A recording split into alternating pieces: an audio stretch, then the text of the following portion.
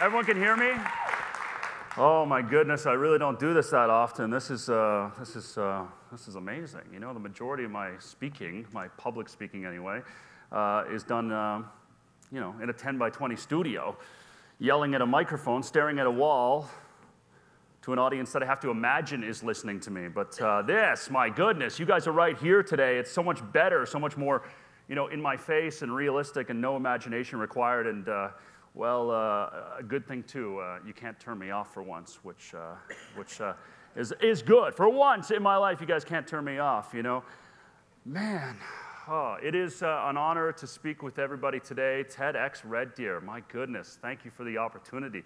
Like I said, this isn't necessarily my forte, but it is an honor to speak with you today. And the opportunity, I just think about the opportunity to do something like this today. You know, and that's all you can really ask for, right? Just the opportunity, the chance, the opportunity. And what are you going to do with that opportunity? Where are you going to take it? You know, radio, for me, 106.7 The Drive, has afforded me the opportunity to do all kinds of crazy things outside of my radio, like this, but even bigger, you know, like my insight to the love of an interview or my the art of a conversation or communication. I love that stuff so much that I decided to start a podcast, the Death by Foui podcast. So I do this in my studio, a studio I built in my home. I get great guests, as you read in your little booklet today. That's not a predecessor, that's a professor. There's professors, there's writers, there's musicians, there's authors, there's all kinds of artists, and just really interesting people. And it's long-form chat. So I get to do this in my own home, which you can't do in radio, right? You're on the air for 1 minute. That's not enough. I needed more. Like I said, the art of a conversation. I got really into it. So I started getting into it really a lot, and I wanted to really, really push it forward, so I built the studio and I did a podcast. And it's the most downloaded podcast in central Alberta. And I'm telling you, if you ever want to listen in, you ever have this interest in communication, or you want to find a little bit about conversation, do a podcast or listen to a podcast. It'll take you to another level. It's different than radio. Now, radio has also afforded me to have my own business. Humble Hummus Red Deer. Some of you know me at the farmer's market, and this is a lot of fun as well. You may even ask, okay, what does radio and hummus have to do with one another? No, they really don't have anything to do with each other, but you know, what it has done is connected me with the community, which radio has done as well. A lot of relationships that I've built through Humble Hummus and the radio have joined together. And these aren't even necessarily customers. These are people that are passing the word around. That's all I really wanted with hummus, is to get the word around. And that's where we built local and fresh. Local and fresh hummus. That's an interesting thing. I always wanted to own my own business. It's crazy, too. You know, I get these customers at the farmer's market and these really interesting people. It's just like the podcast, right? A different venue, though, right? And it's like public speaking there as well. It's so interesting to get all these people there. And you know what I did with the hummus that I didn't expect? As you can see, it's more than just a business. I solved a problem. You guys are in this room right now. You want to do something great for yourself. You want to do something in your life. You want to figure out something great in your job or your relationship. You want to do something a little bit different. Solve a problem. And that's what Humble Hummus did. It was more than just a business. I solved a problem. I had local and fresh hummus. See, most hummus right around Canada is shipped in from the Middle East. Or, I mean, you can get some hummus that's made here, but that's really what I wanted to specialize in. I didn't even realize what I was doing at the time, but now it's so much different, local and fresh. You're getting hummus from Lebanon shipped in. No, you get hummus in Red Deer now. I solved that problem, local, fresh. I wanted something that was healthy, something that was high in protein, something that was convenient, and most of all, something that was tasty. And Humble Hummus was born. And I owe that to the radio because of the connections through the community that I've made. And you can use that to your advantage too.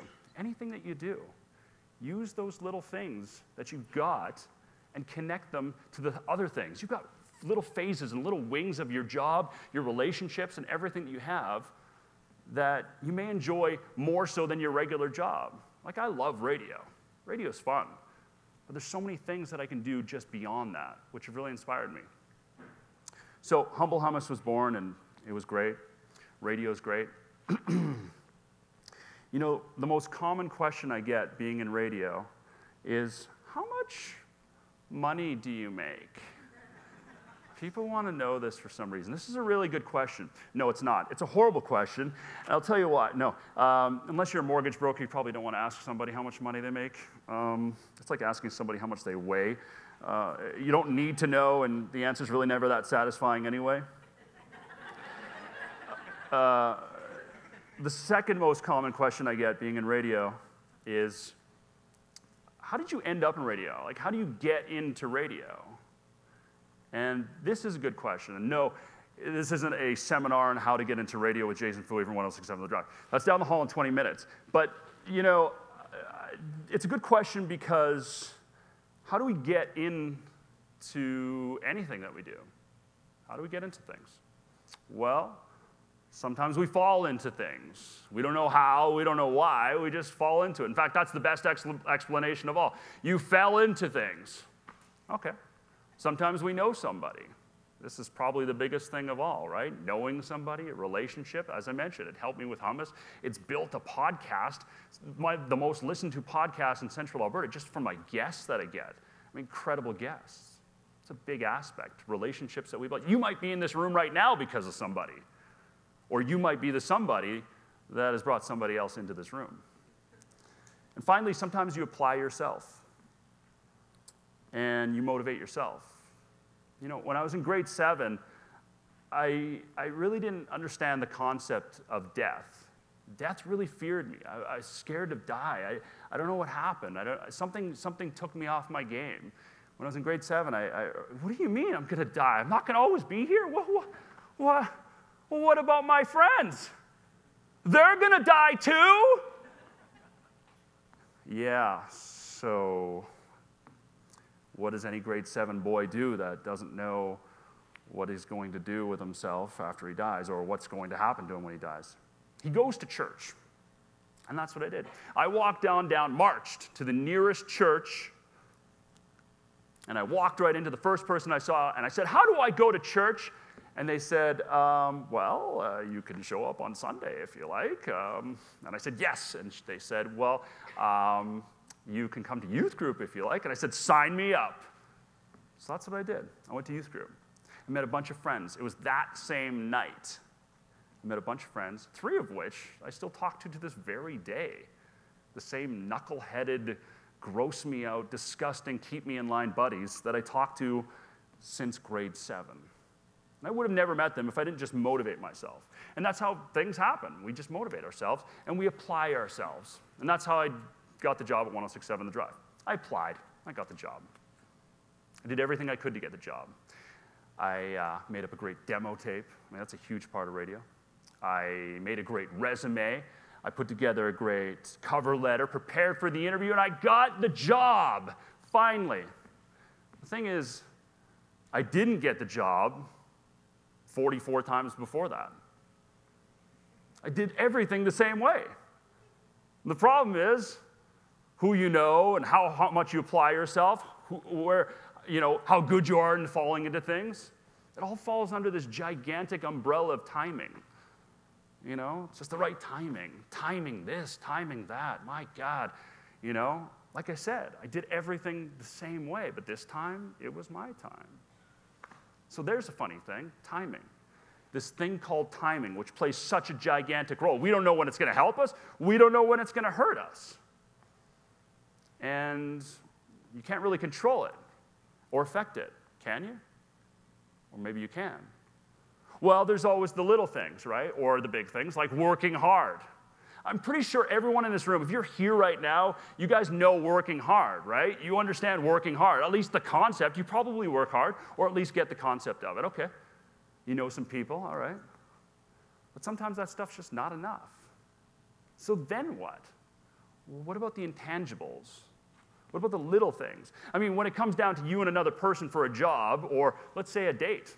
Let's say you want to go out with somebody, right? You want to date somebody, and it's you and another dude, or you and another girl. Well, what did they say? when they choose you or they choose the other person. If you ask that person, you interviewed that person and said, well, why did you choose A, not B? They go, well, I guess I just liked that other person a little bit more. They were both capable. They were both perfect for the job. I just liked that one more. Well, there's an interesting concept. Likability. Likable. Why don't we ever talk about likability or likable? I mean, it's such an easy little thing to do. Most of us think we're liked in this room, right? We all think we're liked. We all want to be liked. The thing is, most of us want to be liked on our terms. And that's just it. It's an interesting thing when you think about when someone says, well, I don't like that person. Well, if they don't like me, they don't like me. What do you want? They don't like me, they don't like me. Well, that's what I'm saying. Use likability to your advantage, right? Use it to your advantage. Think about how they would view you. Don't always think about, well, how I want to be viewed. Think about how they would view you. Likability, it's just a little intangible. The next is huggability. Yeah, huggable. Think about being huggable, likable and huggable. I mean, it's not necessarily someone actually physically hugging you in the workplace. I'm talking about someone likes you so much, they want to hug you. Embracing, they trust you. There's no bigger form of trust than huggable. Being huggable, likable and huggable. You know what these things lead to? They lead to being undeniable. And that's what ends up happening. They like you, they want to hug you, and they lead to being undeniable. Now, I know it's a little strange because there's a guy on stage telling you, why, I'm going to go move forward in my life if I'm more likable and I'm more huggable? What? Likable and huggable don't necessarily mean nice, okay? They don't mean nice. It helps to be nice. That doesn't necessarily mean, or good. You don't even have to be a good person to be likable. Look, the most undeniable person that I can think of, the person that's at the top of my industry, Howard Stern. This guy's offensive, he's rude, he pushes every boundary. But damn, he's likable. You know how many people like this guy? So likable. I mean, he's goofy looking too. He's not attractive. 6'6", goofy looking guy. You don't even have to be pretty to be likable, but people like him. Same with Joan Rivers, the late, great Joan Rivers. I love Joan Rivers because she pushes every boundary. She's so controversial, but yet so loved and so huggable. So many people like her. And they're all, Howard Stern, Adam Carolla, Joan Rivers, all these people, undeniable. All these people, these entertainers, undeniable individuals. So there you go. Huggable, likable, undeniable. Get to a point where they can't say no to you. All right. I want to take a moment here. And I want to talk about dreams. We think about dreams a lot. We want to follow our dreams. And this is something that we might even talk about with our loved one. Well, I want to have a boat, or I want to have a cabin. I want to do the job of my dreams. So can everyone stand up for a second? I want everyone to stand up, stretch out for a second. I know we just had a break, but let's stand up. I got a couple questions for you. Are you doing the job of your dreams? The job of your dreams. Picture the job of your dreams. Are you doing that job of your dreams? Your dream job. If you're not doing your dream job, please sit down. So how many people we got? More than half the rooms? You guys are working your dream jobs. Okay, all right. All right, please stand up again one more time. Dream jobs. It's interesting. Okay, all right. How many people are living their dream life? I'll give you a pen and paper, half an hour. You write down the who, what, where, when, how, everything. Your dream life. How many people are living their dream life? If you're not living your dream life, please sit down. Okay. More individuals. You guys should be up here talking. Not me. We got a lot of people living their dream life. Okay. All right, fair enough. Some people not. You know what? We lose a little focus sometimes. Please, you can sit down now. Yeah. We lose a little focus sometimes on the dream. Not so much thinking about what we're good at. you know? What we're good at. It's a good combination of the two worlds, though, to dream and to be good at what you're good at. You know, when we think about strengths, you know, we hone in on our strengths. If you've got strengths, you've got weaknesses. If you've got weaknesses, you understand the value of your strengths. We build our strengths as a young person in elementary school with our parent. We go into the school with parent-teacher interviews. Little Timmy, great at math and science, not so good at reading and writing. Little Sally, she's really creative and good at gym class, but she's not so good when it comes to listening. And her geography needs some work. In fact, we're not even sure if Sally understands what city she lives in. So we have strengths and weaknesses. And then we go to high school where we get to, you know, really hone our strengths even more, get in on them a little bit. You know, we get to choose options. Remember that, right? Choosing options, right? Honing in on our strengths even more, avoiding the courses we suck at, taking the courses we're good at. Man, by the time I was in grade 10, they didn't know what to do with me because I wanted to avoid every course. I wasn't really good at anything. I couldn't build or fix anything. I didn't have a great head on my shoulders. I really wasn't that smart. My marks were bad. I was okay at sports. I wasn't going to the NHL, though, or playing in the even CFL.